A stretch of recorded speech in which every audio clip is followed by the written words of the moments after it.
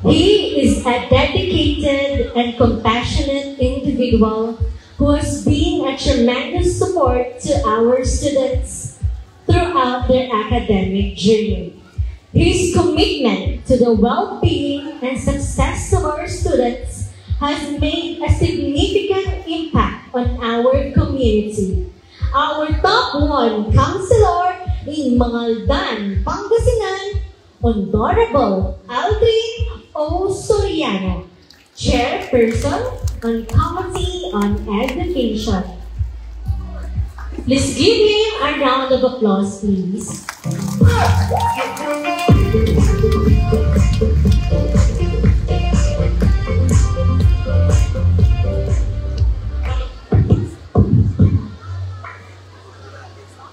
Thank you, Ma'am Jean Vladimir Macaraev. Palakpakan po natin ang ating MC.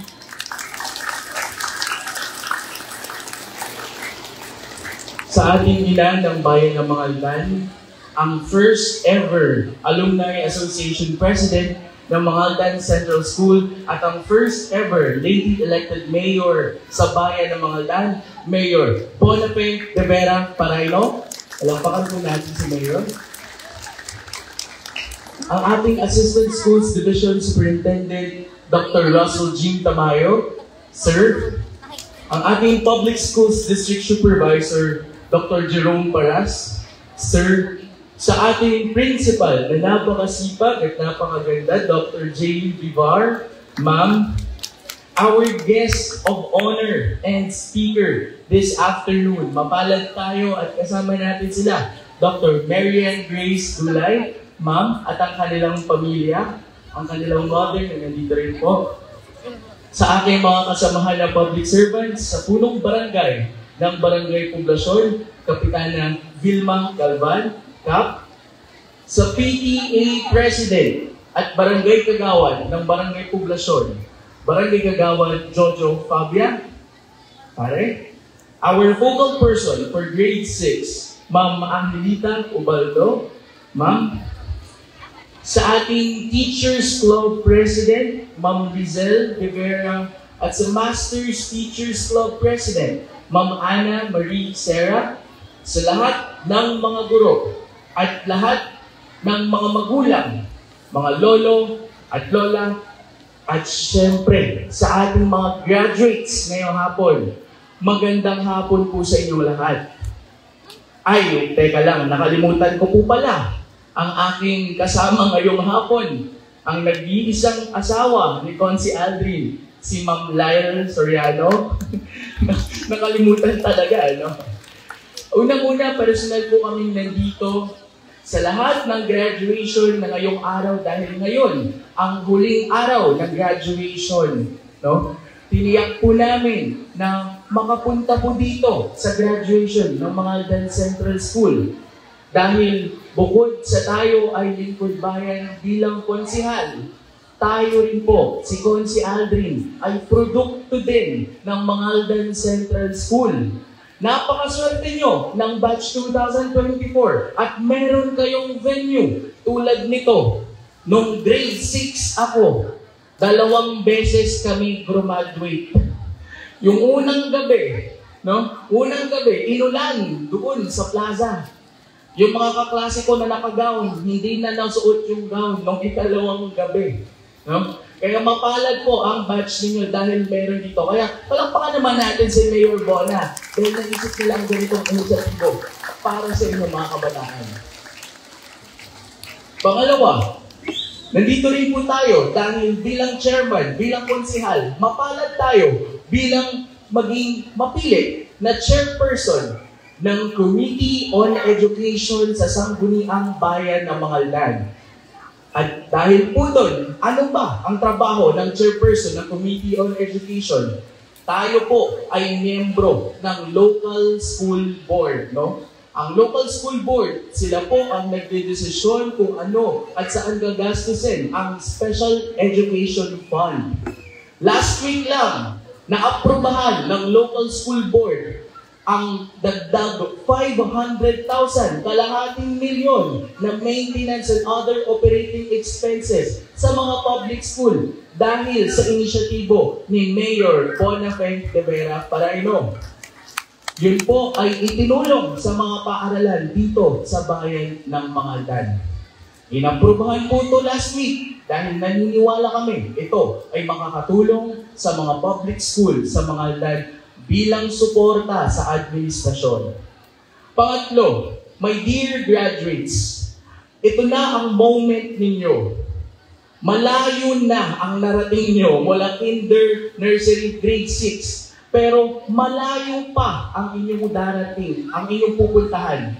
Hiling ko, sana, mas magsikap pa kayong mag-aral. Siyempre, sulit yung mga sakripisyo ninyo, no? Yung pagpupuyat ninyong pag-review. Sino nagpupuyat mag-review dito? Ay, dami yan. Sino nagsakripisyo hindi maglaro ng ML? Ay, mas marami. Mas marami, ha? At syempre, sino nagsakripisyo hindi manood ng Netflix o Korean drama? Ayun, mas marami. No? Sulit ang inyong sakripisyo, ang inyong pagod. Pero, kung ano yung nararamdaman ninyo ngayon, doblehin nyo yan sa nararamdaman ng inyong mga magulang. Kaya pwede nyo bang palakpakan ang inyong mga magulang? Diba? So, yung ibang magulang araw-araw iniisip, ano to sumiter kong balon ng anak ko. No? So, talagang naghihirap sila. At syempre, this is not only your victory, but also your teachers. No? Palakpakan nyo naman ang mga teachers nyo. Ang gano lang agay awat kaya uliyo, mangbabangan din siyempre si Maestra. Maraming guilty, ma'am, no? At siyempre, dahil sa pagmamahal po yan ng ating mga guro. Pero sana, huwag niyong kakalimutan ang inyong mga guro. Sabi nga nila, don't burn bridges, no? Baka naman mamaya, class 2024, dahil graduate na kayo sa Central, pag nakasalubong nyo si teacher, baka hindi nyo na sila batingin, ha? Nako, wag ganon, no? Nako, don't burn bridges, tita nga. Ako, nung grade 6 ako, yung advisor ko noon, advisor ko rin sa Wind Chime, school paper.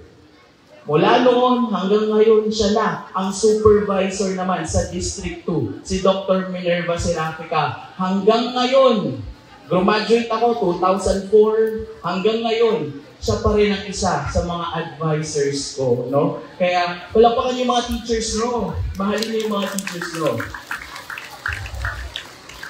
Panghuli na lang, panghuling mensahe ko. Meron akong ipapakilala sa inyo ngayong hapon. Pero hindi ko siya kasama. Dahil kagaya ninyo, gumag-graduate siya ngayon. Nandun siya sa Mangaldan National High School. Ipapakilala ko sa inyo si Denmark. Si Denmark, 18 years old, taga-barangay Makayog. Si Denmark, hindi tulad ninyo. Nung graduate siya, mag-isa lang yung kasama niya na parent, no? Dahil nung grade 6 siya, yung tatay niya nakaratay sa karamdaman, no? Yung tatay niya, dating security guard sa isang pawn shop. Yung nanay niya, walang trabaho. Si Denmark, pagdating niya sa regular class sa Mangaldan National High School, kahit na gusto niyang maki-contest, no? Hindi siya maka-contest dahil wala siyang baon, wala siyang pamasahe. Pagdating ng first year, yung tatay niya namatay. Aburido yung bata dahil saan niya kukunin yung araw-araw na baon, araw-araw na pamasahe. Problemado, kawawa yung bata. Pero ngayong araw na to, si Denmark, sa 1,318 na estudyante ng mga Ganhay, gagraduate si Denmark valedictorian sa Mangaldan National High School. Ilan ang subject nyo ngayon? 8? Si Denmark, ang subject niya, 16. Nung first sem, nahati kasi pag senior high school, first sem, second sem. First sem niya, 8 subjects. Second sem, 8 subjects. Sa 16 subjects niya, 4 doon na ang grade niya, 100. O, ilan ang natirang subject? 16 minus 4? 12. Sa 12 na natirang subject niya, ang grade na lang niya ay 99. Nag-graduate si Denmark, ang average 99.135. Highest in the history of Mangaldan National High School. Bakit ko kinikwento si Denmark, guys? Dahil pinatunayan ni Denmark na hindi hadlang ang kahirapan para makagraduate. Kahit naman ang akis ng estudyante ang kapoy balon nito, pinatunayan niya lansuot, lan-aral. No? Pinatunayan niya na isa siyang matatag na Mangaldenyo. Kaya sana makuha natin yung lakas ng loob. At alam ko naman, naniniwala ko sa inyo, dahil kayo ay produkto ng Mangaldan Central School, isa kayong matatag na estudyante. Tama ba? Kaya muli, awat yung so ang putang na pagbati ko kasama ang aking asawa na si Lyle sa batch 2024. Congratulations po sa inyo. Palakpakan niyo yung sarili nyo. Lakasan mo ba? Para sa inyo yan. No? Para sa inyo yan. Kaya muli, congratulations batch 2024. Ako po, ang inyong konsehal, Aldrin Soriano. Maraming salamat po.